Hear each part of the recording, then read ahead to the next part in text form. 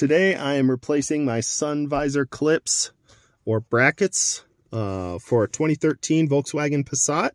I've seen some people take these off by prying using like a install tool, but honestly I found that if you very gently put this in here and pry up, that pops it way easier than trying to pry it. Then once you get that off, this just pulls out. You'll see we got those two clips.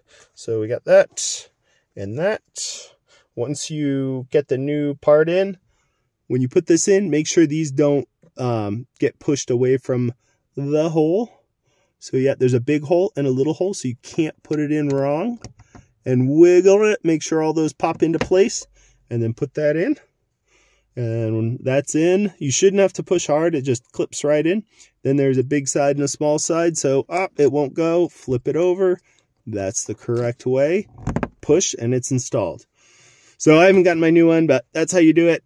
Once those come in, I'm throwing those on, and that's how you replace the sun visor clips on a Volkswagen.